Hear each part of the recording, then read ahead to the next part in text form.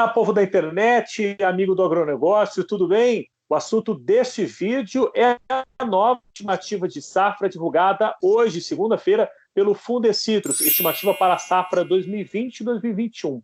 Vou conversar sobre esse assunto a partir de agora com o Vinícius Trombin, que é coordenador do programa de estimativa de safra do Fundecitrus. Muito obrigado pela presença aqui, Vinícius.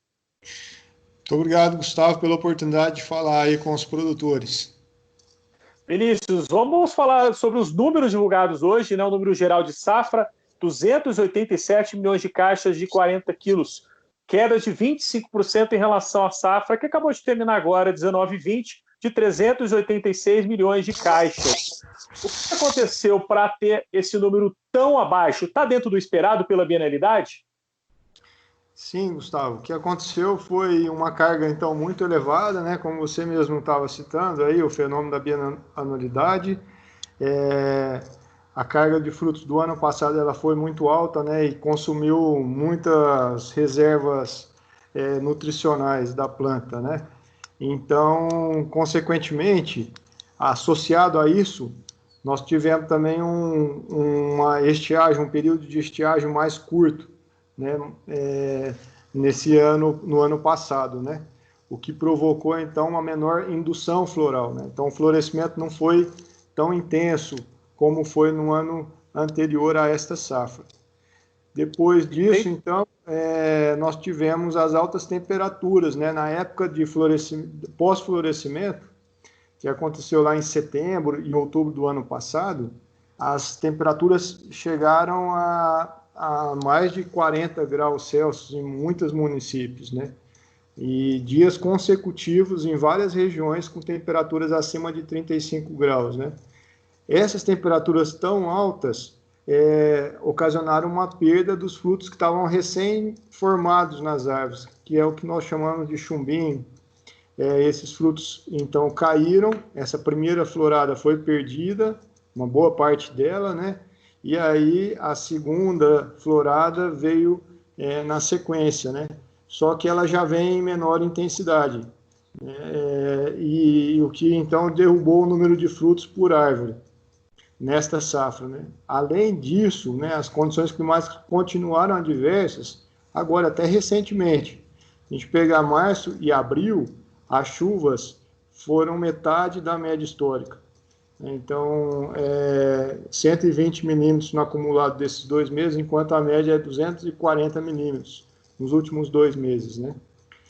Que provocou, então, uma inibição, né? Uma redução do crescimento dos frutos, o que deve ainda continuar, né? Menor o tamanho dos frutos até chegar na colheita, né? Que vai começar aí a partir de maio, final de maio, junho deste ano, começa a colheita. E a nossa projeção é que esses frutos vão ser colhidos de tamanho pequeno. Vinícius, a gente teve na última safra, acompanhando junto com vocês, né, o recorde, né, em produtividade, né, passando de mais de 1.000 caixas por hectare, e a gente vê, claro, uma queda, né, com fruto menor, como você mesmo já disse, para pelo menos 790 caixas por hectare. Isso é resultado de tudo isso que você comentou até agora, né? Sim, então é resultado das diferenças muito grandes entre as regiões, né? Nós tivemos regiões que a variação é pequena, que é a região do setor sudoeste, por exemplo, a variação do setor sudoeste é muito pequena. E ela, ano após ano, a variação se mantém bem estável, né? Então, a característica de cargas que se alternam, né? Cargas altas de fruto com carga baixa de fruto, está muito mais ligado às condições climáticas do que as condições biológicas da planta. É claro que existe, mas ela é menos marcante do que em outras culturas, como é o caso do café.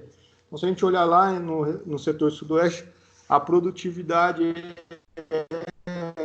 continua elevada, mais do que a média, e não cai tanto quanto em outras regiões em que as condições climáticas foram muito prejudiciais para o florescimento, no pós-florescimento, e agora nessa fase mais adiantada de crescimento das laranjas.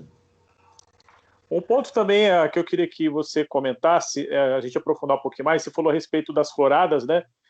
Vocês acreditam, dentro dos números, que a maior parte da safra deve se concentrar nas primeiras floradas, né, que surgiram nas árvores. Isso vai acabar trazendo também uma concentração da colheita também?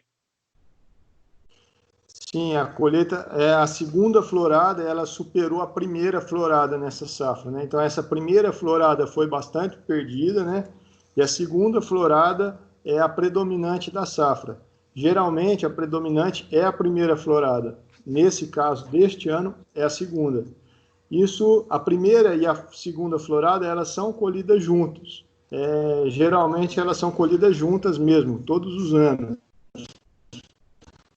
O que vai acontecer é, como a segunda florada é predominante, o produtor vai acabar colhendo um pouquinho mais tarde do que, iniciar a colheita um pouquinho mais tarde do que nos anos anteriores. Vamos comentar um pouquinho das variedades, né? Você já apontou um pouquinho a respeito das regiões. Eu fazendo uma análise em cima das variedades, a gente observa que, justamente o que você comentou agora, né? Quem vai estar tendo um índice de maior de queda são as precoces. Isso tem a ver com isso que você comentou também da primeira florada, né? Que a Hamlin West Ruby, uma queda quase pela metade, né, do número de caixas por hectare.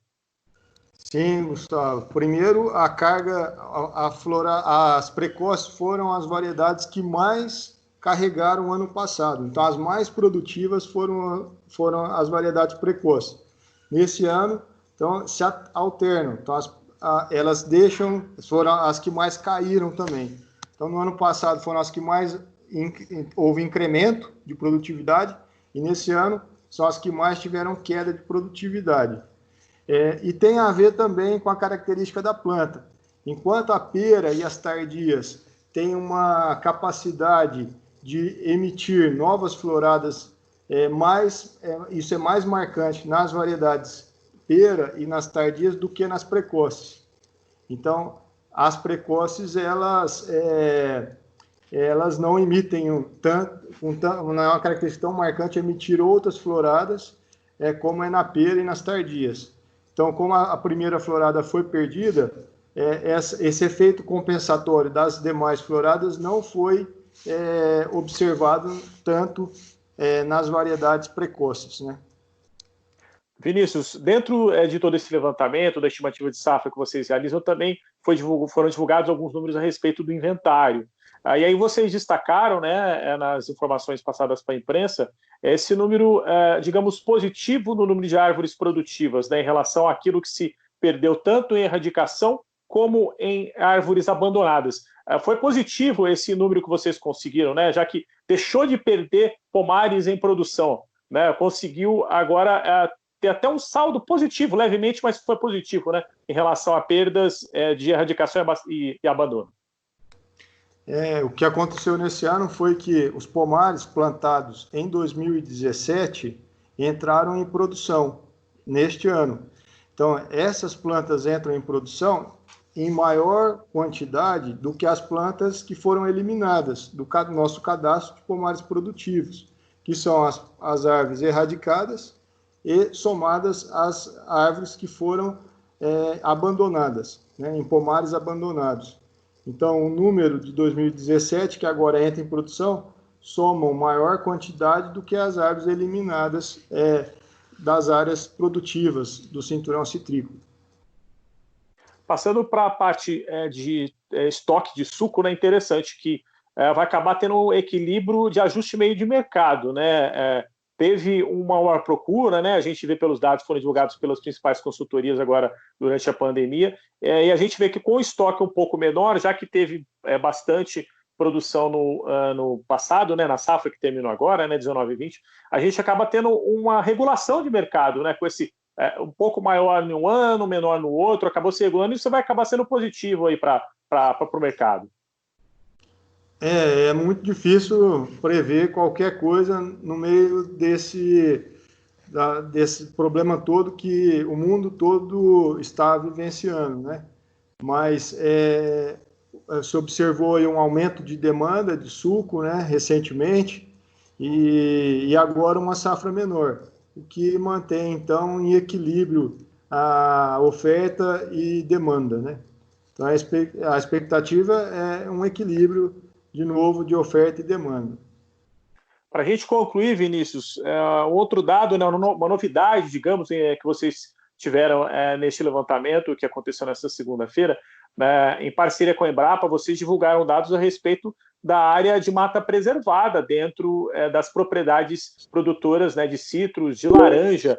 E aí a gente chegou num número bem positivo, né, expressivo, de 182 mil hectares de preservação, aí, né, tendo uma relação praticamente 25% dos hectares onde tem uma propriedade de laranja tem a área de preservação. Um relato bem interessante para o setor.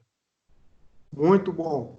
Esse trabalho, a Embrapa Territorial, ela fez para todo o Brasil, né? E nós, então, nos inspiramos no trabalho deles, onde eles aferiram qual que é a área, né, preservada dentro das propriedades, e nós, então, nos baseamos na metodologia que eles desenvolveram para, então, identificar as áreas de reserva, né, preservadas, de vegetação preservada, dentro das propriedades de citros. Então, nós cruzamos os dados que são do CAR, né, o Cadastro de Área Rural, né, que é o cadastro que é obrigatório, declaração pelo produtor ao IBAMA, né? Nós, então, cruzamos esses dados com os dados do nosso inventário de árvores aqui, que é feito pelo Fundecitrus em loco, né, dentro de cada propriedade. Então, o cruzamento desses dois dados, né, do CAR e da base geográfica, né, das informações geográficas aqui que nós temos do cinturão citrícola, a partir desse cruzamento nós conseguimos identificar qual é o tamanho, a dimensão da área preservada dentro das propriedades. E o resultado é muito bom, muito positivo. A cada 2,5 hectares cultivados com citros nas propriedades, existe também 1 hectare de mata preservada, né?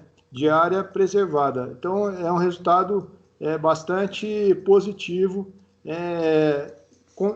do ponto de vista ambiental.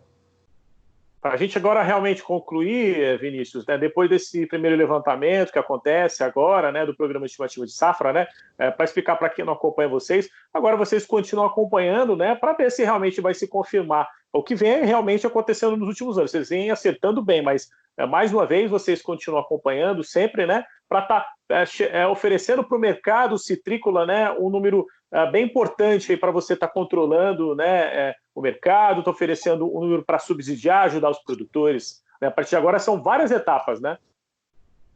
Sim, a partir de agora nós passamos a ir a cada 30 dias em 1.200 talhões, né, de laranja distribuídos em todo o cinturão citrícola. Nesses talhões nós vamos medir a taxa de queda de frutos e também o crescimento das laranjas. E a partir destes dados, nós vamos ter a capacidade de reestimar a safra. Essa safra que a gente projetou agora, ela vai vir a ser atualizada, então, nos próximos meses, com dados reais do campo. Então, aqueles valores que nós projetamos de taxa de queda e de crescimento da laranja, eles vão passar, a partir de agora, a ser reestimados com dados reais que vão ser coletados dentro das propriedades de citros. Então, a cada 30 dias, nós retornamos na mesma propriedade amostrada e medimos a taxa de queda e o crescimento da laranja. A primeira reestimativa vai ser em setembro, né, quando a maior parte das laranjas precoces já devem ter sido colhidas. A segunda reestimativa vai ser em dezembro, quando a variedade pera de meia estação já deve ter sido boa parte colhida, e depois em fevereiro, quando a variedade tardia já deve estar bem adiantada, e a gente finaliza, então, encerra a safra em abril, né, do ano que vem. Vinícius, muito obrigado pela participação, pela entrevista e até a próxima. Obrigado a você, Gustavo. Estamos aqui sempre à disposição e gostaria de parabenizar o seu canal, levando informação de qualidade a todos os produtores e a todos os agentes do agronegócio. Muito obrigado, até a próxima.